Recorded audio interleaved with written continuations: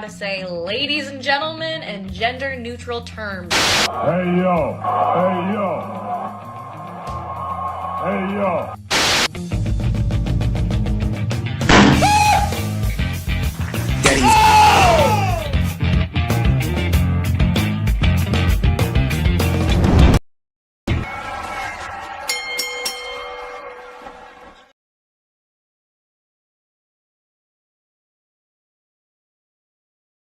And I had to clarify, and I felt horrible. I said, "No, he's gone. He died." He's dead. Yeah. But I didn't believe it because I had the exact same reaction when I heard Harry Callis died. And my initial thought, Dan, was, "Well, how could he be dead if Phillies played tonight?" Oh Just yeah. Nova 7. And Right. yeah, and I was like, "Well, Pierre's not gone. He's still got a show, and we got Camp out on Thanksgiving. He's not dead. Well, how are they going to keep?" Yeah, that was my initial thought. Well, that was kind of what I was thinking. yeah, Like what? Like there's all these things you can't leave. You Yeah. can't leave. now you just can't leave. Now you just can't. Yeah, you can't leave, man. We got things. We got things coming up. You just can't leave like that. No, and you're late for everything else. Why are you Yeah. early to go to heaven? That killed me today. Nick saying that. It's like, Yeah, he's never early, but he was early for that. You son of a. Yeah. Oh, I forgot what I was gonna say. Shit. Oh, man, I forgot what I was gonna say. No, it's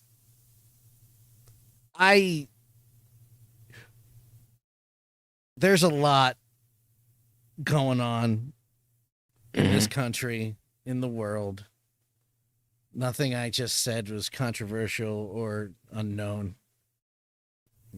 Well, unless you are on the side that likes this chaotic shit and kind of terrible person. Other than that, you've noticed things are not right. And, Preston and Steve, Philadelphia radio, for those who don't know, not from Philly. Even though things were bad, they were still around. yes, Pierre was right after, Pierre, much more a voice of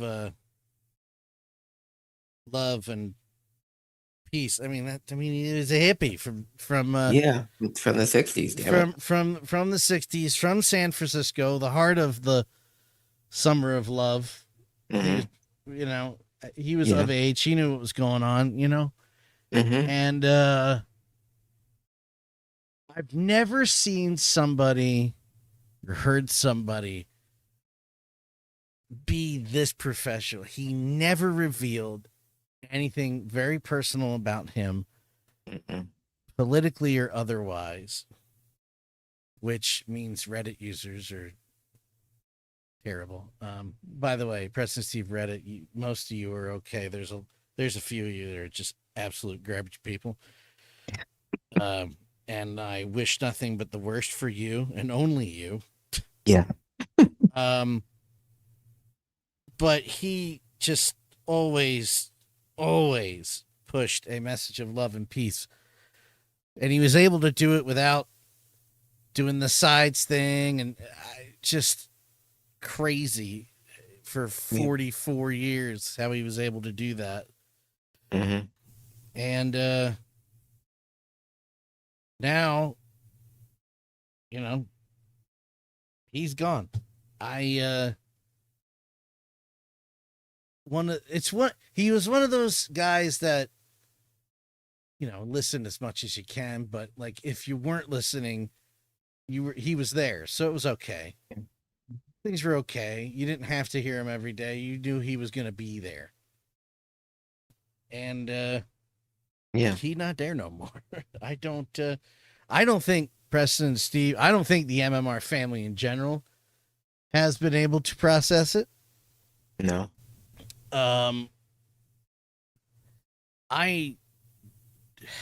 They have so much going on, like we alluded to. There's the Camp Out for Hunger coming. Yeah. end of year. They lost Kathy. Yeah. And I think I think Preston said she was there yesterday. Yeah. Yeah, She she went even to said the, it. Yeah, I'm sorry. yeah. I listened to the whole segment she was talking to this morning. She went there.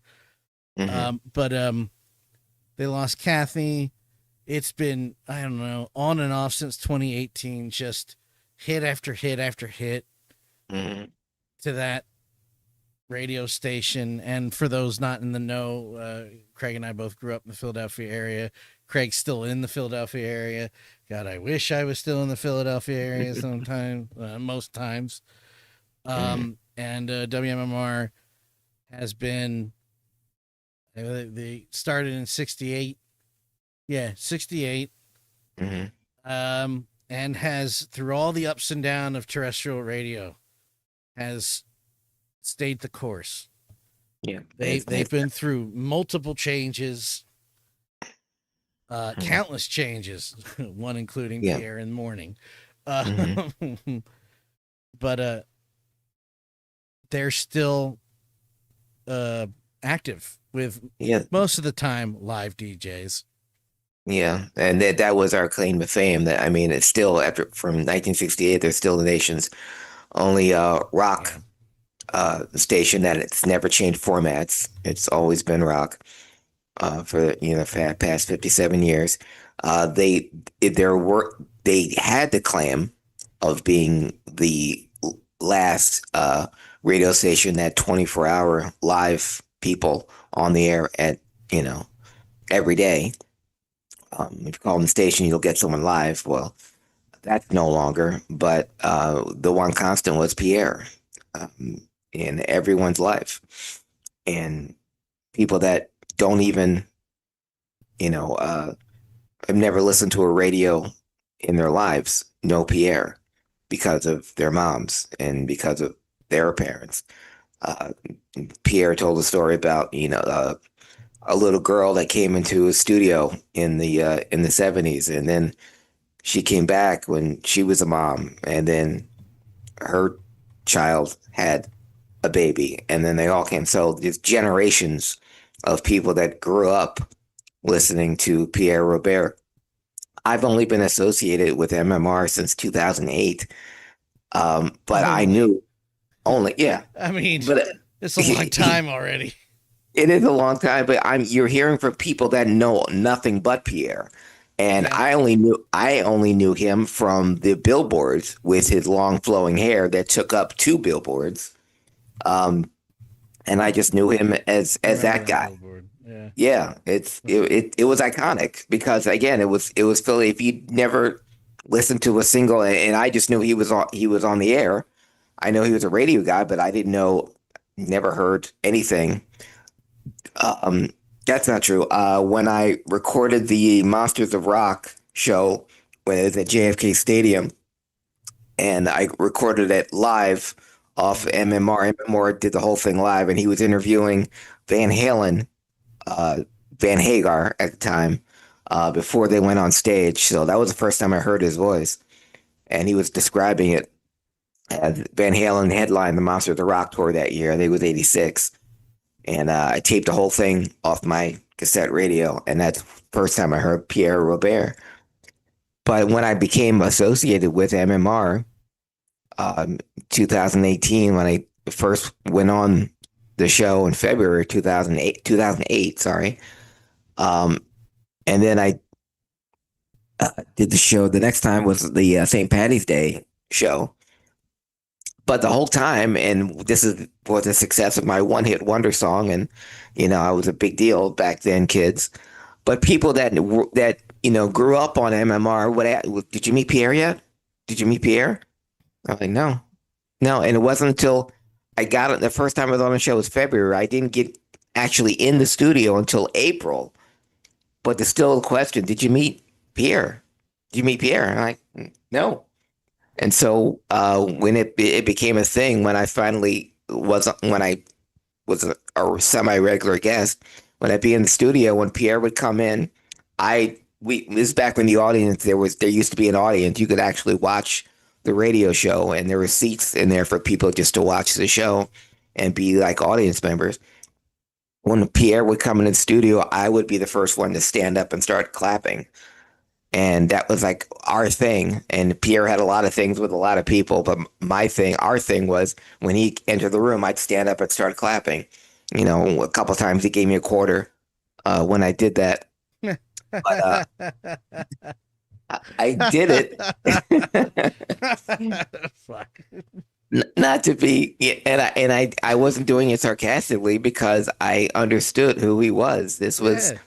I was doing it because this was a walking, talking, living, breathing monument to rock and roll and to rock and roll history. And I always wanted to give him his props when he was alive. And I said in my message that I wrote yesterday, I never got a picture. I never thought about getting a picture with him, and because I honestly didn't want one. I just wanted to talk with him and just to see him. But I got one because I know so many people never got the opportunity to, and I thought like everyone knew. Pierre knows everyone. Like everyone's got a picture with him, but the amount of people, thousands that never met him but just love him, as if because they knew him, because everyone did know him, and yeah, it's very, very, very hard day. I didn't think this would hit me that hard, and I especially didn't expect it. And the number of people that were texting me after when it happened and saying, "I thought of you instantly. You were the first person I thought of." And it was so weird, Dan, because I didn't get those kind of texts when I lost my mom. But when Pierre was gone, I got message after message of people. Message you. You did, yes, but I'm saying the volume Okay. of messages I got from Pierre's passing exceeded the ones I got from my mom's passing. And I'm saying I'm very, very grateful that people thought of me when Pierre, when we found out about Pierre. But I just thought it was odd. But at the same time, like Pierre's message, think of the people while they're here. And that's what I was trying to do with him. Yeah, I don't remember radio without Pierre. Yeah, no. Like, yeah. When I was young, growing up, like I knew his name as much as I knew anybody in my family. Yeah. That's how prominent it was. That's who my dad listened to. And when he introduced a lot of music to me through Pierre, period. So, I mean, he joined the radio station 2 years before I was born. Wow. And, yeah, he's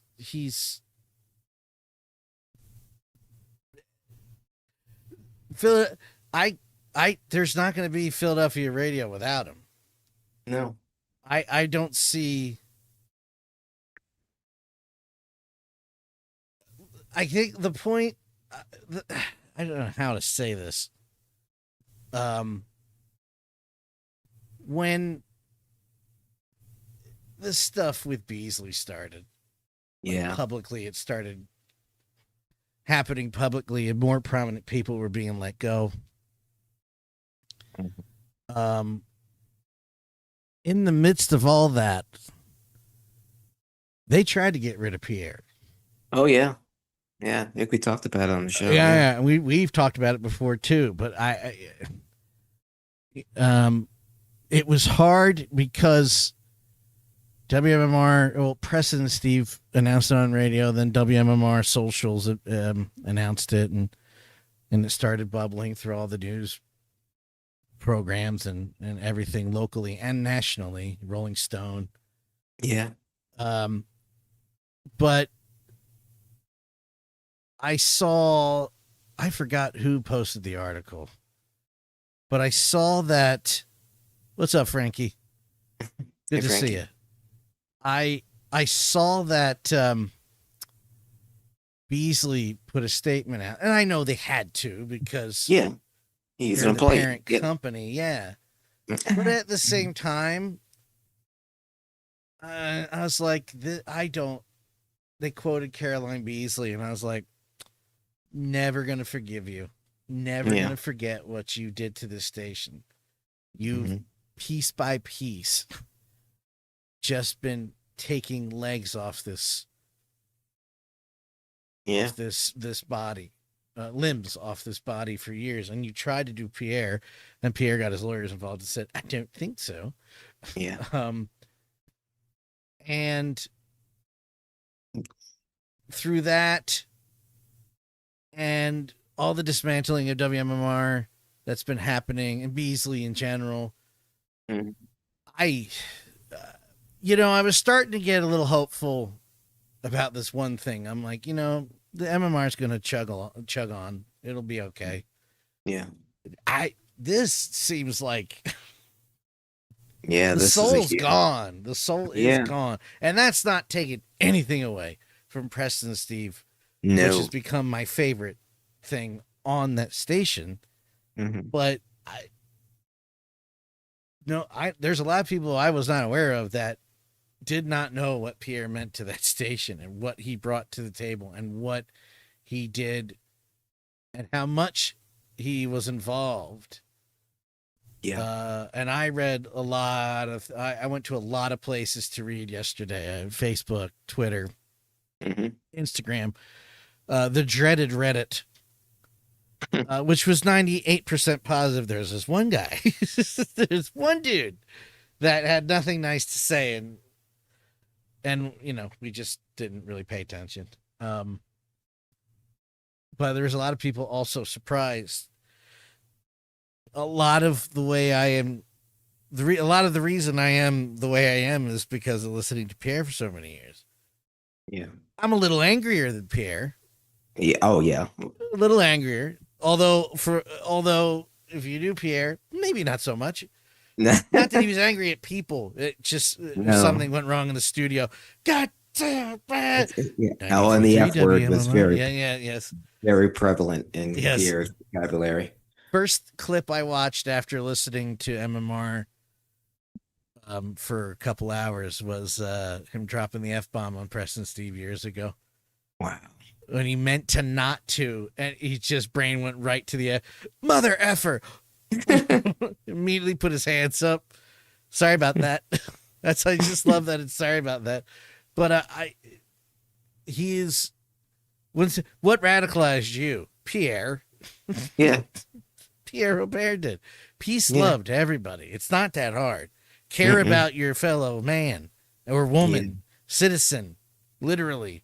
Yeah. It's not that difficult, and so many of us have lost that. Yeah, and even just asking someone how they're doing and wait for an answer and actually mean it. Like, how are you? It was a great quote yesterday from someone who said, I only met Pierre once, and he made me feel like that was the most important person, that he had talked to, because when you engage with him, you're his only focus. He wants to know how you are. I mean, my favorite interactions with Pierre didn't come in the studio at all.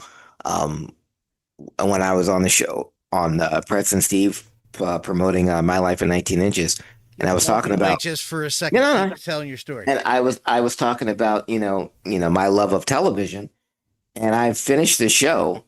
And when I was walking out, Pierre was walking in, and obviously late, but he was listening to the show on the drive over, and here listening to me talking about TV. And we got in this conversation in the lobby about Rich Man, Poor Man. That was a miniseries, kids. It was a miniseries on ABC before Roots. So we got into a whole 20-minute discussion about that. Another time I ran into him at the CVS at 19th and Chestnut. And I said, hey, Pierre. And he said, how you doing? And they were good. And I forget what was going on at the time. And I think he had a concert he was going to. And I said, it was good to see you. So then I go shopping, I finish up, and I get my stuff, and I wait in line, and then I get checked out, and I'm leaving. And I still see Pierre there. And in the same aisle that I'd left him in. And this must have been like, 10, 20 minutes. I walk by, I said, Pierre, you all right? Because I forgot why I came, what I came in here to buy. And it's get the big, duck laugh. So yeah, so he ran into CBS and he forgot why he was there in the first place. I told you by the time he almost ran me over with No. Minerva, did I? If you have, I've forgotten, but please tell. Yeah, I don't know how many times or who I've told it to. Or I know. Again, we live in the same neighborhood. Pierre and I both lived in the Rittenhouse Square area. Because I would see him around town before I was on the show, just because I knew that was him. I would walk by where he got his hair done on 20th and Spruce. Well, this particular day, I'd been on the show for a while, and we had become friendly from me doing the show. And I was crossing the street. He was coming down Locust Street, this way, kids, and I was walking this way. And I had the green light, so I was proceeding to walk, but I was at the corner, and I could see in the van coming, oh, that was Pierre. So I waved to Pierre as I was walking. Well, Pierre kept going because I guess he thought I was going to stop, but I had the green light, and I guess he thought he had the green light. So I'm still looking at him, and he's still driving. And I'm looking and looking, and I'm looking down at where it says peace and love. And he somehow, I don't know the brakes on Minerva. If you know, Pierre's beloved Volkswagen bus is the oldest bus. I think it was the first one ever made, but it needs, constant work. But he somehow got the brakes to work.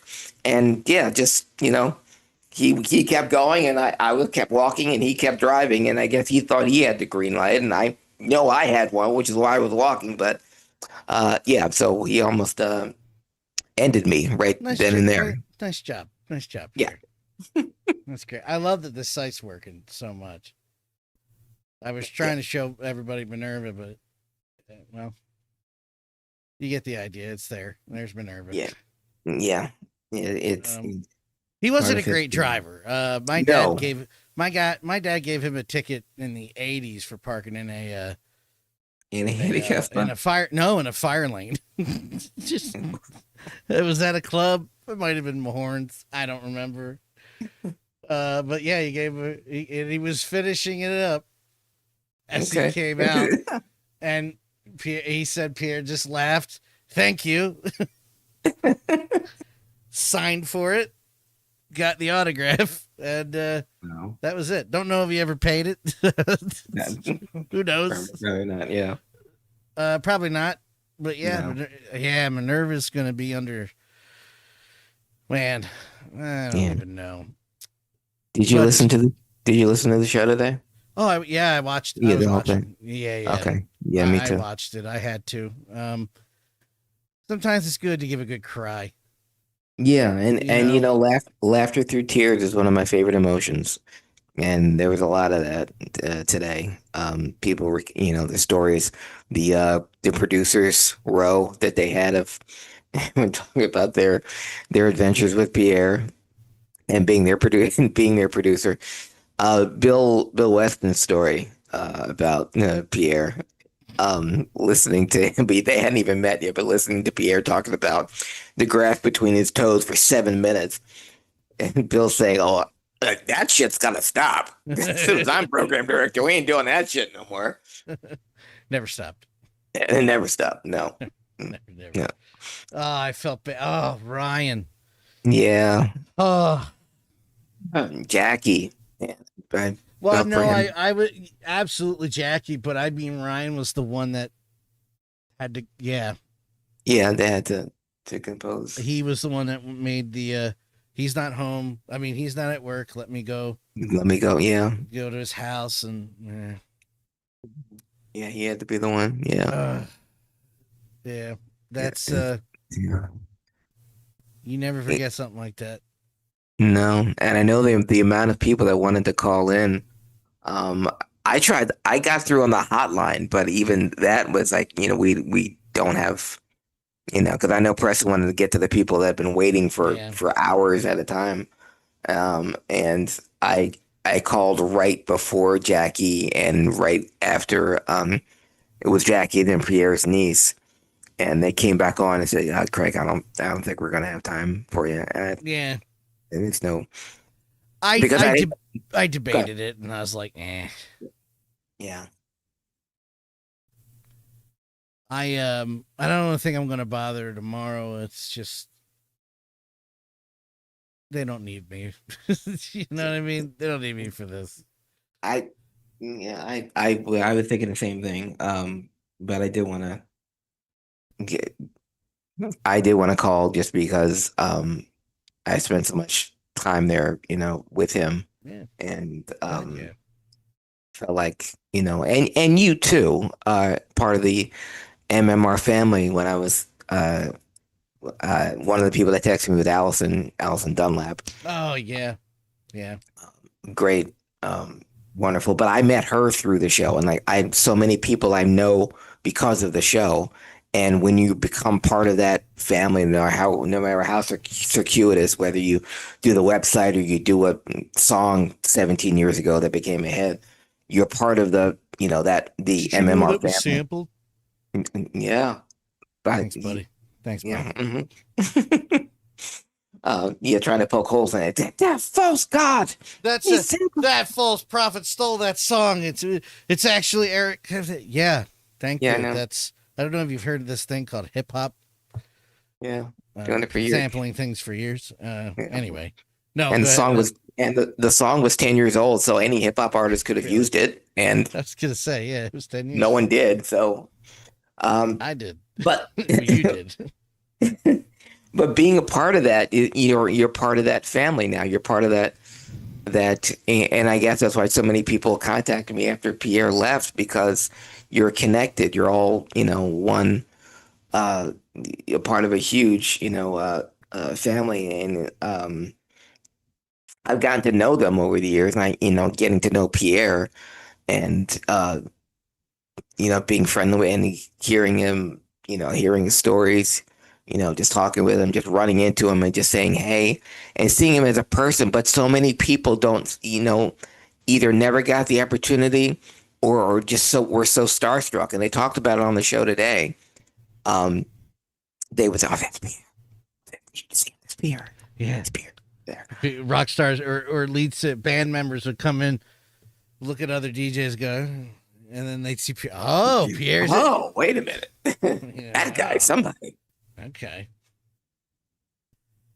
Yeah. Yeah. It's. Go ahead if you had more to go. Go ahead. No, it oddly fascinating that to know someone that's so revered and so honored and put up on and just means so many to generations of people, but just to know that both of us got to be so close to him and get to see him as a regular guy, and the way he saw everyone else as just a regular guy, and he didn't care who you were. If you said hi to him, he'd say hi back. If you want a picture with him, he'd take a picture with you.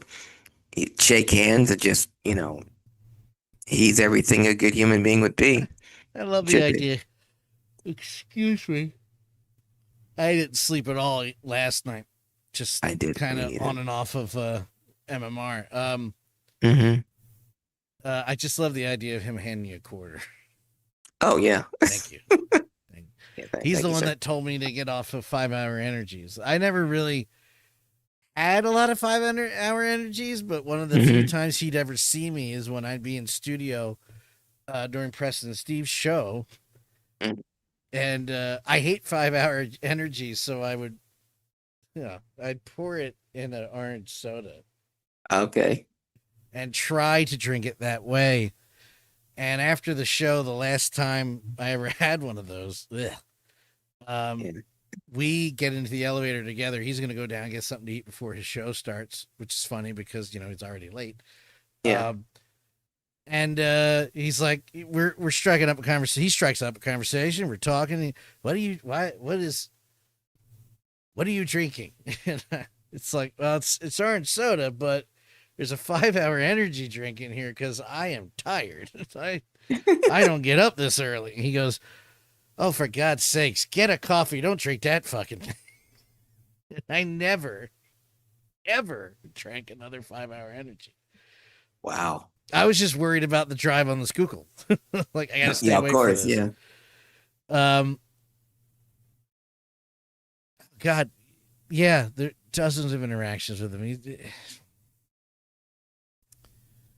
Everybody with all the shit going around Yeah. this country right now, Mhm. we should all strive to be, Pierre. Yeah. Give it a shot. You know, I don't know. It's this is going to be a long adjustment period as far as the Philadelphia radio landscape and family. Mhm. Like I said, is the team at MMR is incredible, but that's your soul right there. Yeah. And part of his renegotiation, Dan, you mentioned him, them wanting to get rid of him, and he got his lawyers on board, and he went, eh. Well, part of his negotiation was in his contract, he would get a final show. Yeah. He would get, the chance to say goodbye to everyone when he ever did step down. Who knows when that would have been. But yeah, and I know, and Preston alluded to it, but I said it yesterday that there's going to be a huge Pierre Fest, or if they don't change the MMRBQ to the Oh, Pierre the Robert yeah. Fest. Somebody floated the idea in a very loving way about, there's got to be a Pierre festival. Yeah. There's got to be, and you saying that, it just occurred to me. Oh yeah, MMRBQ. Yes. You got to name it. Yeah. The name of Pierre Fest. Pierre Fest or something. Yeah. Best of Pierre. I don't know. No. It's a hard name it's a great name. It's hard to name this. Yeah, that's gonna. If we even get there, we have to get there first. Yeah, let's get through this year first. Because and we're just talking about camp out. This will be the first one they're doing without Kathy, which is going to be hard enough. But they're two people down. Yeah, and they were supposed to be, at Subaru today. Yes, I know. Yeah, and they even said it. I thought they were going to just take off. I really thought. Yeah. I know they said they were going to do a show, but I fully expected them to go. Yeah, I can't do this. Yeah, I can't believe the Kathy Romano leaving, and I know there's a lot of people on mostly Reddit, but there's a few on other social media platforms that discredit anything Kathy Romano related because they're stupid. Yeah, stupid people. Mm-hmm. And I'm not being nice about it. None of us are getting any younger. Yeah. So I'm just not going to be nice about it anymore. I'll give you peace and love until you show me none. And then I give it to you right back threefold. But I can't believe they were able to do the show the day after or after that segment. Yeah. Let alone, and then you're adding this to it. Like I commented on the YouTube page, commending them. Like, we all needed this, and I know they alluded to it on the show, but it's like we all needed this. I'm so glad you did this. We need to get this out of our system. Not that we need to move on. It's just, as you said, the laugh crying, the crying and laughter. Laughter through tears, yeah. Laughter through tears. But then you got this camp out. Yeah. There's already a shadow looming over camp out because of the situation with SNAP benefits, because yeah. Never mind. I'm not going to get into that. This is the wrong segment to do it. So I'm just going to say SNAP benefits and funding for food banks are gone. People are in trouble. Yeah. And you already had that shadow looming over it. You had the shadow of Kathy not being there, and there's no sunshine yet in this. Like, no. Pierre's legacy and aura will shine upon us again, but it is too soon. This year sucks, okay? This year 2025 in its fucking ass. Dan, this year has done the physically impossible. This year both blows and sucks. Yeah, I saw you say that the other day, and it's still funny because it's true. Yes. I'm over it. I'm over most of the things that have happened. I still can't get past Pierre being gone. No. And with all of this nasty, evil stuff happening around the world, but for us as Americans, all the Yeah. and he's gone, man. Let me speak to your manager. Like we need to chat. I want a complaint. Okay. Yeah. I'm tired of it. I'm exhausted. I can't imagine how you feel as far as thing going on around here. Yeah. I'm just tired. I'm tired, boss. Yeah. I am tired. Yeah. I'm wore out, as my mom would say. Yes, and 2025 can just suck it. Like, well, the good news is that wrestling seems to be back on track. Isn't that great? I mean, Jey Uso's getting another shot at the title. Isn't that what you like that, do you? Isn't that what everyone wants? No. No. See, I don't care either way. Thank you for doing that. I don't care. It's whatever to me. He's not my thing.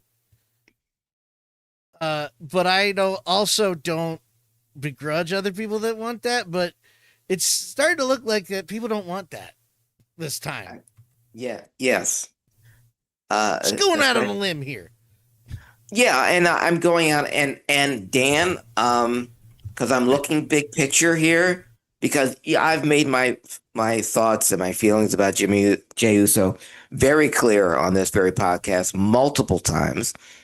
I'm not one of the people that wrote a dislike on YouTube when watching him win the Battle Royal again, but I also dislike the verdict. But if this only, and I'm doing this only because I'm in the dislike, what Jey Uso winning the Royal Rumble was, but I'm also in the long overdue LA Knight title. Yeah, So if this means only because that they don't want him to lose to Punk on Saturday night's main event, that's why you put Jey Uso in there to have LA Knight win it at a bigger event like a Survivor Series or a Royal Rumble, then I'm okay with it.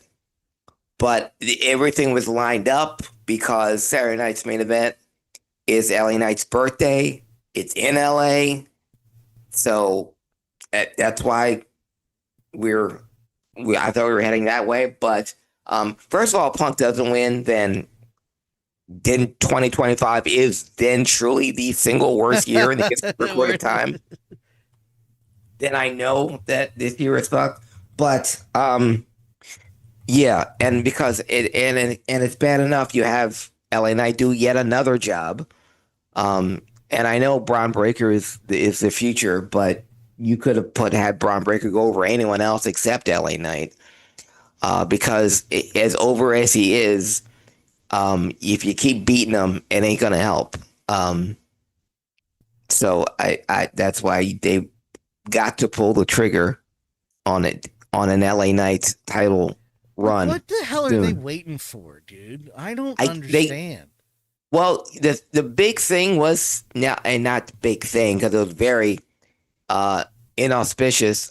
Seth's injury opened up a lot of possibilities. Now it leaves Punk free to have a substantial reign or keep the belt on him for longer than 5 minutes, which will be great for business.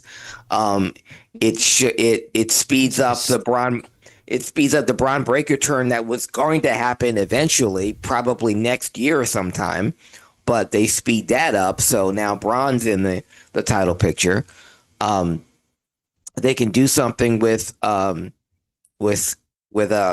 and Roman, and with the returning Gunther, but it gives you a whole possibility, lots of possibilities with Seth out. But Punk LA Knight could definitely work. Obviously, the WWE isn't afraid of doing. I'm sorry, Craig. Him and any LA Knight and anybody. Yeah, and I was going to say the WWE obviously isn't scared of babyface versus babyface matches. No. Or heel versus heel matches. I mean, Dominic's supposed to be a heel, right? And he and Rusev are, in a feud, and they're both heels. You wouldn't know by the crowd reactions, but now I know crowd reactions don't mean anything because it's fans at today's wrestling fans, especially WWE fans, they yell for anything. Yeah. They cheer for anything. Gunther comes back tomorrow. He's going to get a standing ovation. Welcome back. Welcome. He's a heel. Yeah. Mm. Seth is going to come back. Yeah. I was saying in the chat when this was going down, or between myself, you, and Derek, I was like, well, maybe the WWE will see the reaction it's getting on YouTube and make a decision. Because I was saying, because you were like, I don't get it. And I'm like, I know why. I know why it's Jay. Sales. T-shirt sales. Merch sales. That's it. Mm-hmm. And I have nothing against him. And it's not like you're saying, fuck Jey Uso. So you just don't get it. That's why. But then you go to the video that next day, again in the chat, I go to the video highlighting that segment, the Battle Royal or the interview between, I don't remember. It was something to do with this match coming up after he won the Battle Royal. And the downvotes were in like the 20-30K range. Yeah. And I was like, well, maybe they'll see that and, call an audible. And then the next day, an article comes out. WWE's like, we don't listen to social media. No, of course not. Oh, okay. I think LA Knight's going to be another Daniel Bryan because the fans are not going to let it go, and his promos always exemplify that. And he does a shot, in the world title, and he is a really over star. And maybe he doesn't sell as much merch as Jey Uso, but I can do something with LA Knight. I can build a company around him.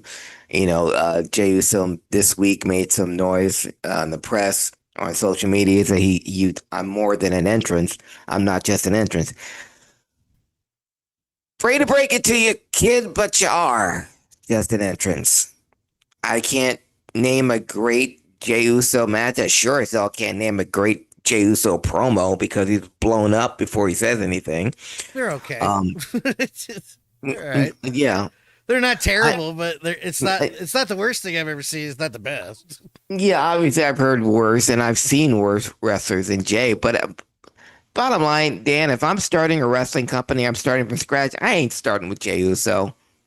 That's not the blueprint. That's maybe not how you tag team. Definitely in the tag team. Yeah. Yes.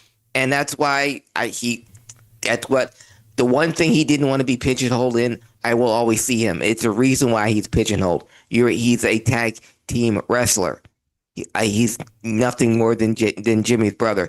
I can finally tell them apart, which ain't saying much because they work the same. I couldn't, if you put Jimmy in there with doing everything, if you put Jimmy did all the matches that Jay had, I honestly could not tell them apart. Jey Uso is not anyone I would start a wrestling company with. I'd started with a Braun Breaker. I'd started with a Gunther. I'd start a wrestling company with an Austin Theory before I would start a wrestling company around Jey Uso as my main guy. And even the WWE knows that. He can sell all the merch he wants. And for a world champion, that's got to be someone like Punk, someone like LA Knight, someone like Gunther, someone like Drew, who's held it before. we've seen Jey Uso's been champ. We've done the Make-A-Wish thing. You had him win a Royal Rumble. You had him win the Intercontinental. You had him beat Braun. You had him tap out Gunther, which made absolutely no fucking sense. So, Yeah, that one especially since he's never, again, this is like AEW booking. If Jey Uso's never tapped out anyone in his career, why would he tap out the one guy who's never tapped out to anyone? That's how you make your super over monster heel look weak. There's nothing wrong with the 1, 2, 3 with his horrible spears and his frog splash. Oh, that's my Jey Uso rant, folks. Sorry, I'm sure there'll be more. Sorry, Derek. I wish you were here for that. Oh man, wish you were here. I'm sure there'll be more to come. Yeah. Oh, I'm sure. And I guess the only other thing, if you have something else to bring up after this, please do. But the one thing I was going to bring up, please, Jade Cargill turned heel. Yeah. Let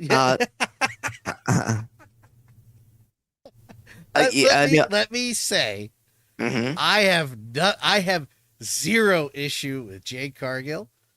I have zero issue with her being heel or face. I don't care in that way. I will be a fan either way, because not only is she good at what she does, she's good looking, and she's awesome looking and badass looking, and the total package, no pun intended. So I will always be a fan. Yes. What the fuck just happened? Why was it this way? I don't understand. Help me, Craig. Help me. For a lot of time, people thought that this should have been Jade's entrance, come in as a heel. Right. She's prior to coming to WWE, she's never been a face that comes over. That didn't have the amount of training, just break everything down and build her right back up, because they had to undo everything AEW did and build her back up the WWE way. I don't know if everything took, because that horrific bump that split open her head and made her eyebrows uneven was a bump she really didn't need to take, like that. So I think a little bit of more training could have been sufficed, but I think this is the best thing for her. It's Tiffany. We're coming up, and this goes by the wayside, and people don't really. It hasn't got a lot of talk, but Tiffany's been champion all year. She's got 300 days as champion, and which is saying something in today's day and age. As far as longevity, especially in the women's division. So giving Jade a feud with Tiffany, and I don't know if you're going to put the belt on her. I don't really think she's earned it yet, unless she really wows in her matches with Tiffany. But a lot of folks, I think this is long overdue of her being a heel. I think that's her natural. And you said total package. She reminds me of a female Lex Luger. Looks like $1 million bucks. What? That's crazy that I would say that. Yeah. But total package, because that's trademarked. But she is a female Lex Luger. Incredibly raw. She looks like $1 million bucks. She can do a few things really well, and the things she can't do. She can certainly speak better than Lex. Oh yeah. Again, I'm talking about Uso and bad promo. That there have been worse promos. Yeah. Stuff. But I think this is what her natural. This is where she belongs. She should be a heel, and I'm interested to see how her feud with Tiffy goes and how the fans take to her, and if Tiffany can carry her through her match, not carry her, but make their matches. Yeah. Yeah, carry is not a bad word in wrestling, and I'm tired of hearing carry. Yeah, there are people that lead her. Exactly. Lead there. That's actually better. I'm all for it. Okay. I'm down. Well, first of all, I don't want her not on my television. First of all. And I mean in general. So seeing her move the needle a little bit was very exciting. Yeah. I don't know where I see this going. Craig, I don't see it going any other way than her eventually beating her. Okay. Well, I mean, if they're confident enough to beat their longest reigning women's champion, again, she's held it all year, more than 300 days. Then they must really have faith in Jade Cargill. I personally think that they should keep the belt on Tiffany just to give Jade a little more seasoning. But if they're going to give Jade the belt, the only reason I think they would is because Bianca is closer to returning than not. Because there's that feud still to come. Because I think, to me, that's where the money is. Jade and Bianca. Well, yeah, I guess we'll see. Yeah. But I like it so far. Thank you. Yeah. But considering how much I'm not a fan of Trips right now. Yeah. Well, quite frankly, on a personal level, don't really care if he lives or dies or books or doesn't book. Don't care anymore. For obvious reason. That's so, don't care who knows it. But that was a good decision. Yeah. I think. Dustin Dustifiable on YouTube. Dustin's a friend of the stream and a friend of mine. I think you give Knight back to LA Knight. I think you give Knight the title at Mania event. Yes. Event.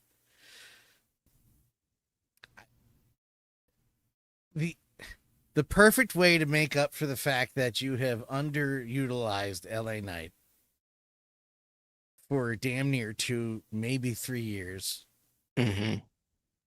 is give him an immediate WrestleMania moment comeback. Yeah. Just a payback. Just do it.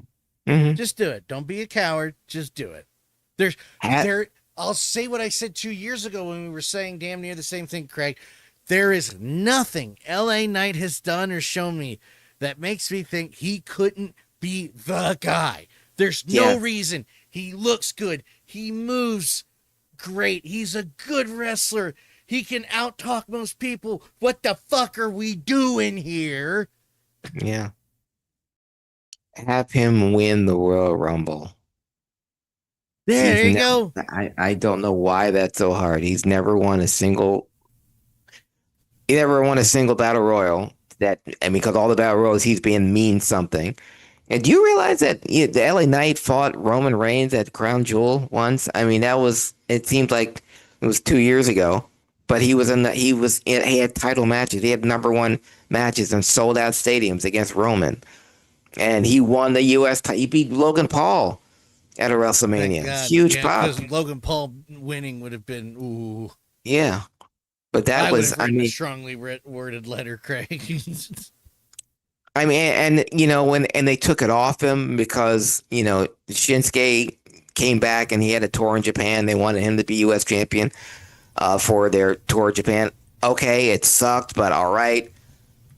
And he gets it back and he's more popular than ever. And you got to capitalize on that. And that's why I said the only reason, if they're holding it, and the only thing that Triple H has said about, patience and everything isn't what it seems, that Jey Uso winning only because LA Knight's going to get the big win later on. I'm hoping it'll be earlier than later. I'm hoping it'll be sometime, but if it takes him winning the Royal Rumble, but yes, the LA Knight deserves a WrestleMania moment winning the championship. We don't know how long Seth is going to be out. Seth is going to be a babyface when he returns. There's no doubt about that. But I think that you have to give Punk a run first with the belt before you give it to Knight, though, as much as Knight deserves it. Yeah, I agree. 100%. Literally nothing There's no debate in that. I don't think Derek would, and I know for a fact he wouldn't, because I've heard how he's felt about the whole thing. So yeah, no, there's absolutely no reason to hold back anymore. Stop it. Go ahead, Greg. No, I was going to say, yeah, Saturday night's main event this Saturday. It's lost in all this is that Cody has a title match against Drew, and that's pretty much invisible. I don't see a lot. I didn't even know that. I didn't know they were having a match. See, there you go. The case in point. Yes, there was 2 title matches this Saturday. CM Punk versus the aforementioned Jey Uso, and Cody Rhodes versus Drew McIntyre for the undisputed heavyweight championship. Oh yeah, no, I'm an idiot. Yeah. So there's that. Now that would be something, Dan, that we have all eyes on the other main event where, we look up and Drew McIntyre's the new champion. How would that grab you? That would be just fine too. It would be a transitional champion at this point. Mm-hmm. But I wouldn't be against it. Yeah, okay. I got nothing against Drew McIntyre. I don't know why. They seem to have, when they brought him back, it seems to rise and fall. They'll use him a lot, and then he'll be kind of pushed back a little bit. They'll use him a lot, and then he'll push back a little bit. I don't know why. Why keep bringing him back if you're going to do that? Mm-hmm. Do you really think Jade might win Saturday? I mean, that alone will have me tuning in. Yeah. I think it'll be a little early since she just came back. I think give her a little, and not that you should beat her either. That's the other thing I wasn't going to say about WWE, but just wrestling in general. You don't have to beat everyone 1, 2, 3 to have them lose. There are such things as countouts or disqualifications. So, like, if you wanted to beat LA Knight, Braun Breaker could have, LA Knight could have been disqualified and he lost to Braun Breaker, or he could have been speared through a wall and been counted out. That way he still loses, but he doesn't get pinned again. So, and I said all that to say, if Tiffany beats Bianca, or even if Jade wins, she can beat Tiffany without winning the title. That gives you an out for another rematch. So if the match is stopped because of, or Tiffany can't continue, or if Tiffany's counted out, or if Tiffany's disqualified for some reason and Jade wins. You can end it that way, sure. Yeah, or Jade doesn't listen to the referee's instruction, just keeps on beating Tiffany. She gets disqualified. I can see that. Yeah, I can see that. Do that, because then it builds up the next match, and then Tiffany wants revenge, so that you do it again. Yeah. So everyone gets beaten 1, 2, 3, or they tap out. It's like, has anyone ever heard of return matches? I watched Tales from the Territories last night. It was on Vice. They were replaying them, and they were talking about Memphis. And they had Jerry Lawler and Jeff Jarrett and Dutch Mantell and Jimmy Hart talking about it. And we're never going to go back to those days, but they were 52 weeks a year. They wrestled in the Mid-South Coliseum, which meant every week they had to come with something different. And if you did a program with someone, every week you got to, Jerry Lawler didn't beat Dutch Mantell the first match, pinned the 1, 2, 3. Okay, well, what the hell kind of feud is that? Jerry gets disqualified for using the chain in the first bout. So then we get a revenge bet. And then Dutch Mantell's counted out. And he's like, I still want my revenge. And then the next, Dutch beats Jerry Lawler with a chain. Referee didn't see it. He goes, I want my rematch. Okay, this time chains are legal. And okay. Or it's a match on a chain on a pole match, something like that. You got 4 weeks right there of matches, worth of matches right there in 4 weeks. Now you could do that on 4 pay-per-views or 4 different, Monday Night Raws or SmackDowns or something. Build it up. So Jade can win this match without winning the title from Tiffany. I don't know why a count out or disqualifications aren't a thing anymore. I mean, for a company and for the people within a company that touts the learning and being under the tutelage of Dusty Rhodes so much, they certainly don't come up with enough Alternate finishes. Yeah, there you go. Thank you. Bass backwards or not. Like, Yeah. I don't know how you F that up. You I don't know either. I watched Thunderdome Cage last night, literally. And I'm like, well, nobody's gotten electrocuted in a chair in a long time. Yeah, I haven't done that. I mean, not that I want to see that again. I'm just saying. Like, it's been a long time. Well, there's a reason. Well, then, but there's other reasons they're not doing these other damn endings. Anyway. That's just saying. Like, you have choices. Yeah, Man, go ahead. Yeah, I was like, there's other ways. If you don't want it to keep LA Knight fresh or to keep him in the title, to keep him looking strong, you don't have to. You can have him lose without being pinned. He can be counted out. He injured himself. He can't continue. The referee called it out. What used to happen on Saturday night's main event in the first place? Yes. Literally, there is a couple title changes and one that didn't really happen, but it did. Mm-hmm. But the point is it was just used as a stepping stone to the next part of the story. Again, it goes back to the,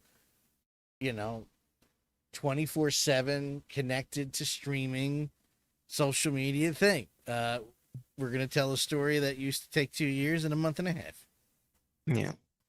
And when the network and the YouTube streaming came about, we were very happy about it, but we acknowledged at the time could be overkill. We're in the overkill. Yes. And we're also in the overpriced stuff, which we mentioned last week. But oh my God. Yeah. Try something different. Shock me. Yes. To steal a line from Ace Frehley. I didn't even mean to do that, but that'll work. Another guy going too soon. Yeah. My favorite Kiss member. Other than Eric Carr. Of course. Anything else you want to mention tonight, sir? Did you see any of AEW last night? Okay, no, good. The Pierre Robert. I was just sitting on the radio, my friend. It was I rewound. get. I rewound time and just listened to MMR on and off. Mm-hmm. Yeah. No, I still can't really concentrate. Like I said, the reaction.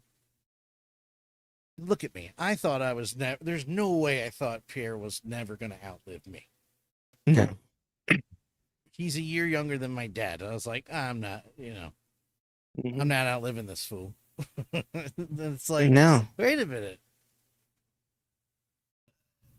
Yeah, I don't know. So I know the Flyers are on. Sixers are on. How about them Sixers? Oh, I know. I actually had tickets for the Flyers game tonight, but I missed my win. No, my cousin called me and said I had free tickets today, but I was in a meeting, so I couldn't take the call. Oh, okay. I was like, don't you ever not go somewhere for this show? Oh, it would have been my first one in about 4 years. 4 years. It's been about 4 years since I've been to a fucking Flyers game too. On purpose. Sixers play tomorrow. Jared McCain is full workout today in practice. Yes. I saw him draining jumpers now. So we're 4-0. I turned off the game, I will have to admit, against Washington because we looked like ass going in the third quarter. I looked up and we were down 20. I was like, okay, well, they can't win them all. It's Washington. It makes no sense. We can beat the Celtics, but we can't beat Washington. They were going into OT. Yes. I got to learn in bed, Dan. What is this? Listen, I am not. I am not judging you, and I'm not shaming you because you've been around the Sixers' son twice as long as I have, so I get it. But the only reason why I was still watching is I forgot what I was watching. Or maybe it was the Flyers. Yeah, it was the Flyers. I was switching back Flyers, and forth. Yeah, because the Flyers went to a shootout. Yeah, Flyers, Penguins.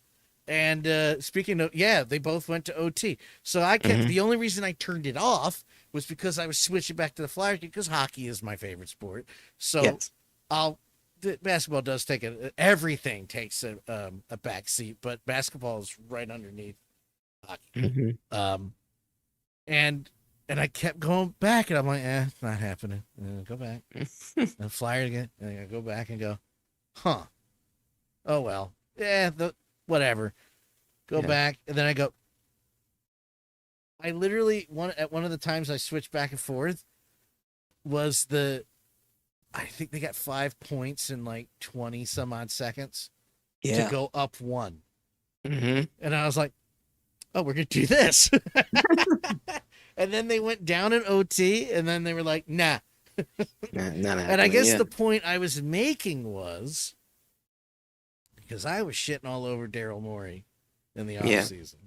But did they low-key put together like a complete fucking team? Yeah. Like, it seemed, I'm tired.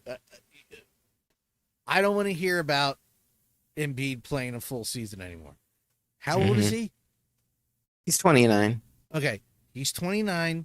He's 6'4", 5, 6'6". Oh, Embiid? Yeah. Is he close to Embiid 7? Is he 7? Embiid is 7'2". Oh, okay. Excuse me. He's 7'2". I'm a short guy. Don't take my judgment on size, brother. Everybody's 7 feet when I'm this tall. So I apologize, Mr. Embiid. That's all right. My point is he's a giant man. He's hitting 30. He's had 3 knee surgeries. He's not getting any younger. And already being that big, the amount of pain you're in doing normal stuff, I can't imagine. So I don't expect him, or would I make him play every game? I don't care what the old players that are retired are saying about we play every game. I don't give a damn. If they have a team that can do this without him, and he can take off, okay. They low key did the right thing so far. Yeah. And the fact that McCain is full practice now, you said? Oh yeah, full practice today. I was waiting for that piece to come back because he shocked a lot of us last season. Yeah, quickly got on the McCain train. He would have been Rookie of the Year last year. No question. Yeah, no question. And for the amount of points he scored, for the amount of minutes he played, yeah.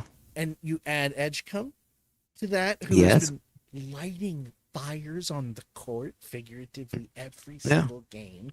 He hasn't done the thing where he scored 40 and then 10. He's been consistent. Maxey has been lighting it up. Leading the league in scoring, yeah. The bench is covering points. Quitting Grimes. Argue they didn't Washington, but they technically did. Yeah. I mean, after all that ridiculousness he did in the offseason about should I sign, should I not sign? It's like, dude, you weren't going anywhere. You weren't getting $20 million from anybody else but us. So and you were playing AJ Brown head games with half the money. And that's okay. You're cool. Boba is unbelievable. I don't want to hear a word from anybody else. I don't want to hear a word about Embiid. I don't even want to hear a word about Paul George. If Paul George figures it out, if they all figure it out, I'm not saying this is the year we're going to win, but if they figure it out, especially Paul George is that last puzzle piece I'm worried about. God,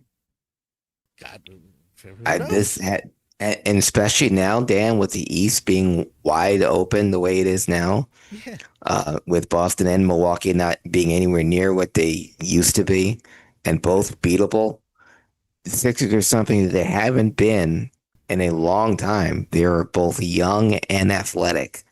I mean, the guys you mentioned, Grimes, 24, Maxey, 24, Edgecombe, 20, Jared McCain, 22, Bona, 21, all of that. Your Bona Jabari really Walker, yeah. surprised me so far this year. Yeah, he's got to be. He reminds me of young Theo Radcliffe. He's got to stay out of foul trouble. You don't have to block everything. I get it. I know he thinks he can block everything. Doesn't mean you should block everything. I mean, you technically can, but you don't. Yeah. You get stopped. Like I need the 5 blocks in the second half in overtime. Yeah, I don't need him. The first quarter when you're trying to swat stuff and you got 2 fouls in the first 5 minutes because you're trying to go up and contest everything. No, save those. If you know you can block it, know when to block it. That's all I'm saying. But yes, he's a. Why did my dumbass think that Embiid was any shorter than? I'm an idiot. I don't know why No, I you're said not. what I said. No, he's 7'2", and big guys I know. have a shorter career than the smaller guys. Kevin Nash. If we could bring him back to wrestling. I mean, I know he's retired now, but what is he on? 6, 7 knee surgeries? Yes. And here's the ironic thing, Dan, he looks better than he ever did, especially with his hip realignment surgery he had. Yeah. His legs are back to incredible. But not that he ever looked bad, but I'm like, all right. No. Damn. But I know his knees were shot. If you don't believe me, if you ever remember the power bomb he gave Big Show, or he attempted to give Paul White when he was in WCW, how he wasn't paralyzed because he dropped him right on his head because he could not hold him because of Nash's knees. How did he not kill Paul? I don't know. That was just blind faith luck that he didn't, because thank God. Yeah. But yeah, look at this man is. I wish I had reverse aging.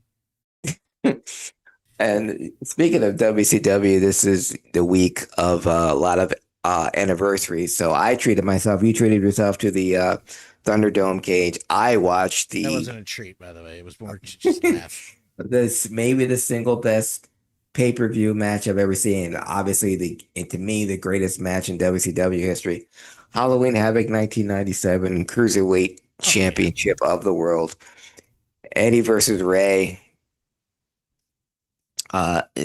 Sheer perfection, and I even watched it again with Eddie's commentary afterwards, and he said that's the only match he said, and I looked back on and said, it wouldn't change a thing.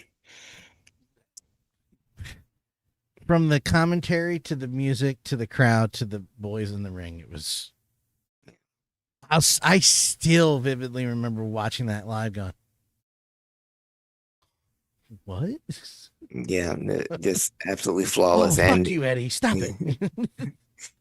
and Ray saying that when they went from a finger lock to Ray on the top rope doing a backflip into a DDT.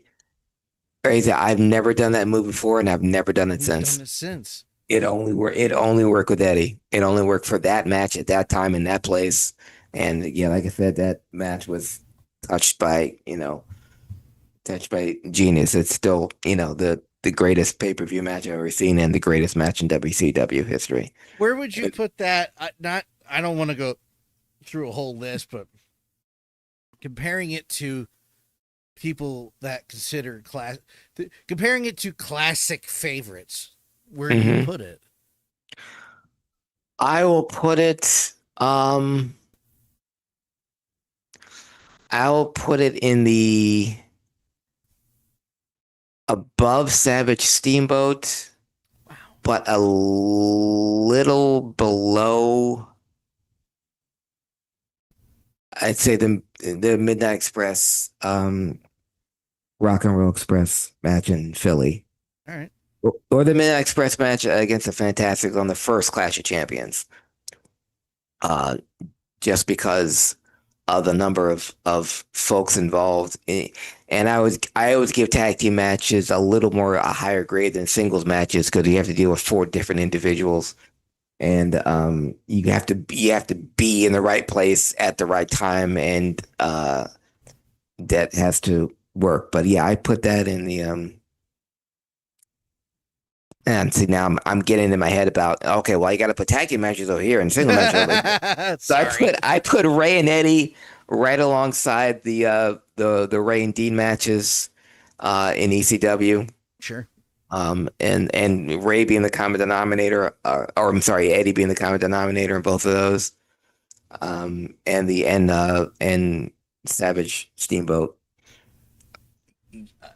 About Eddie, and because I was playing select highlights of the match as we're recording. I'm sorry I wasn't on the share screen, but I was playing it for the stream. Yeah.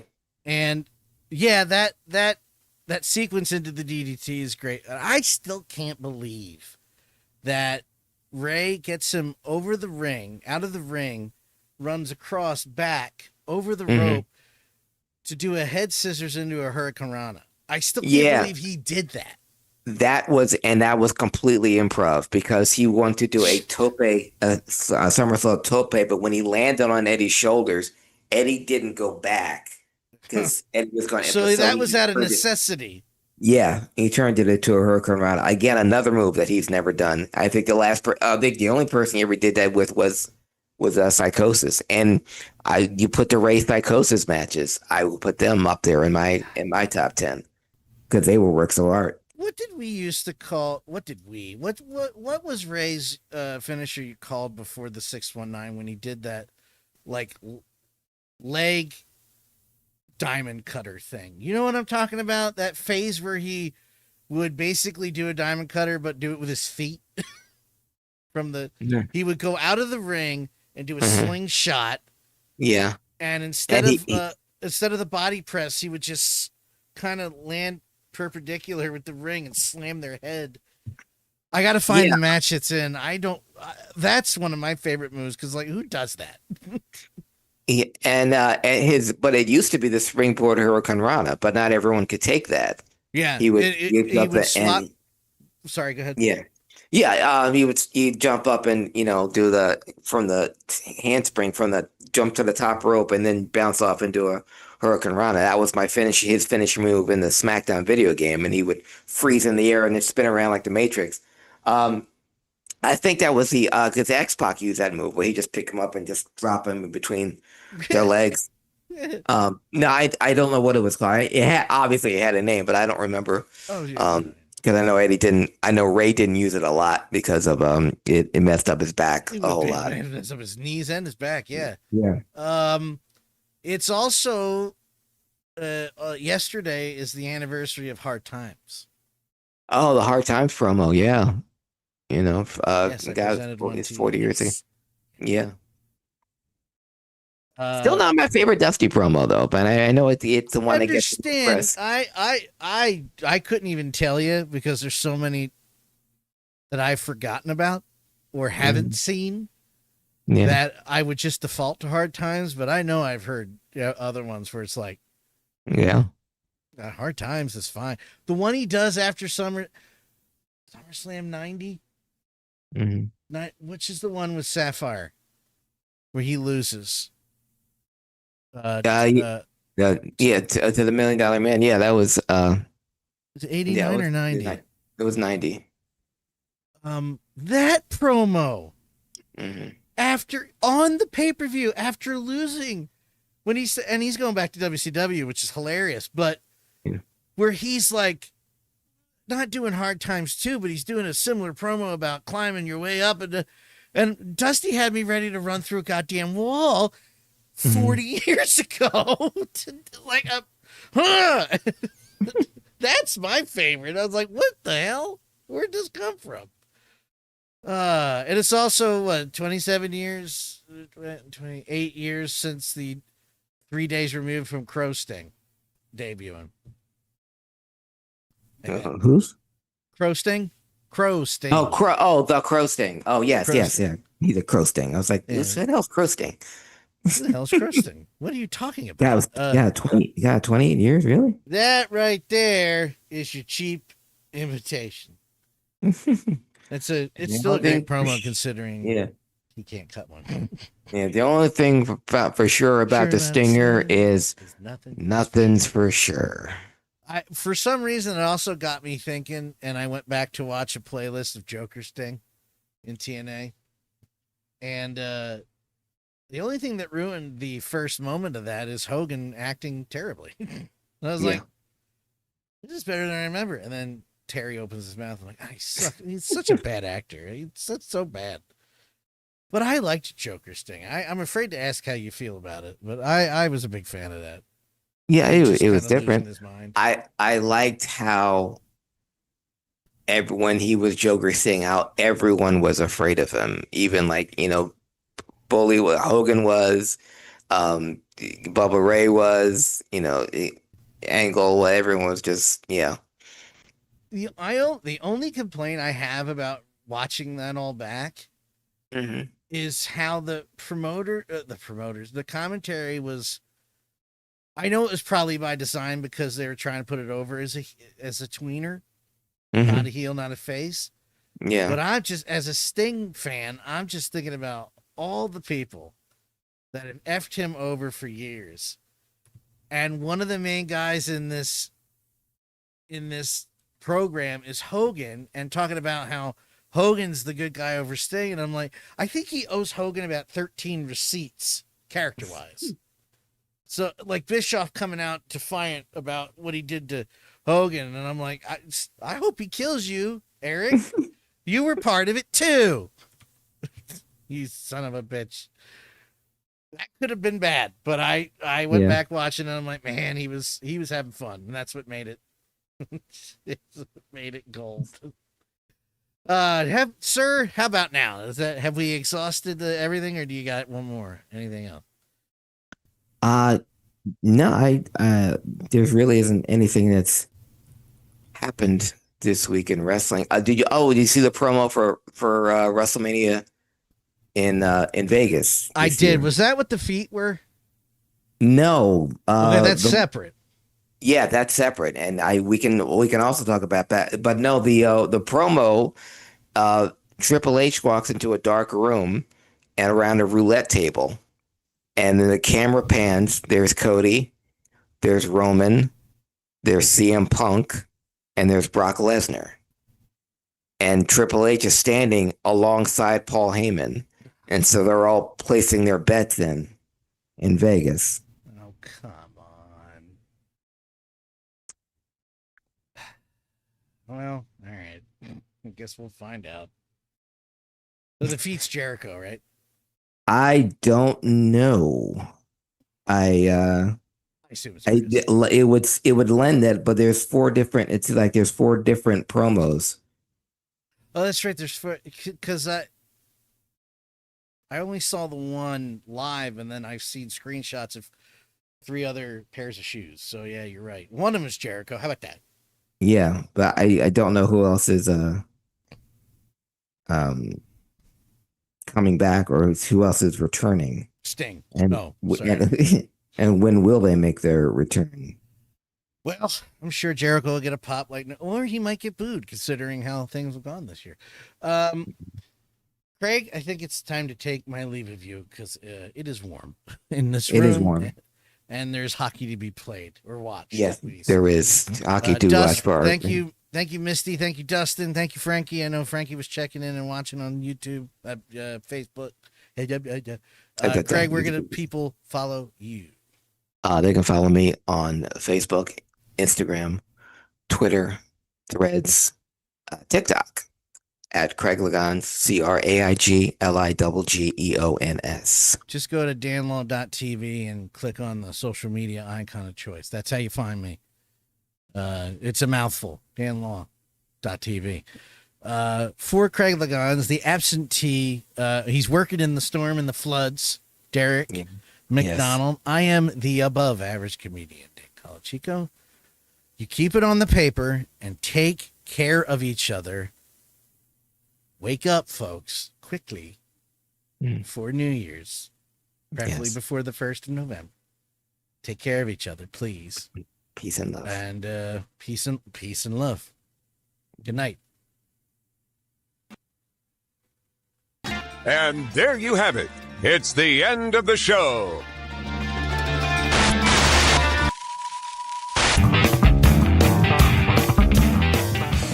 It's the end of the show, motherfucker!